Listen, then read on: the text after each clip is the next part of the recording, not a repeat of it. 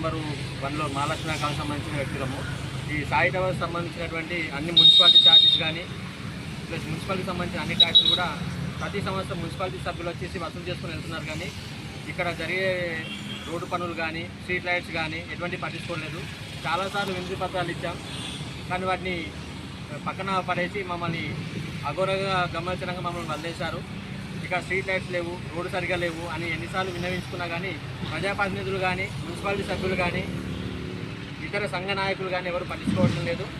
దయచేసి మీ అందరూ కూడా ఈసారి ఇటువంటి కార్యక్రమాలు చేపట్టినప్పుడు సహకరించకపోతే వచ్చే ఎలక్షన్స్ కానీ తదుపరి ఎలక్షన్ సమయంలో కానీ మేము ఓటును బహిష్కరిస్తామని చెప్పేసి ప్రత్యక్షంగా మిమ్మల్ని కోరుకుంటున్నాం.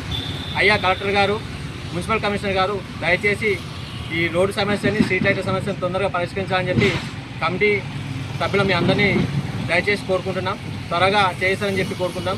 ఎవరు ముందు రాకపోవడం వల్ల తలా కొంత చందా వేసుకొని కమిటీ సభ్యులము, committee members plus Sai towers కుటుంబ సభ్యులకు చందాలు వేసుకొని ఈ రోడ్డు పనులు ఇవాళ స్టార్ట్ చేశాము.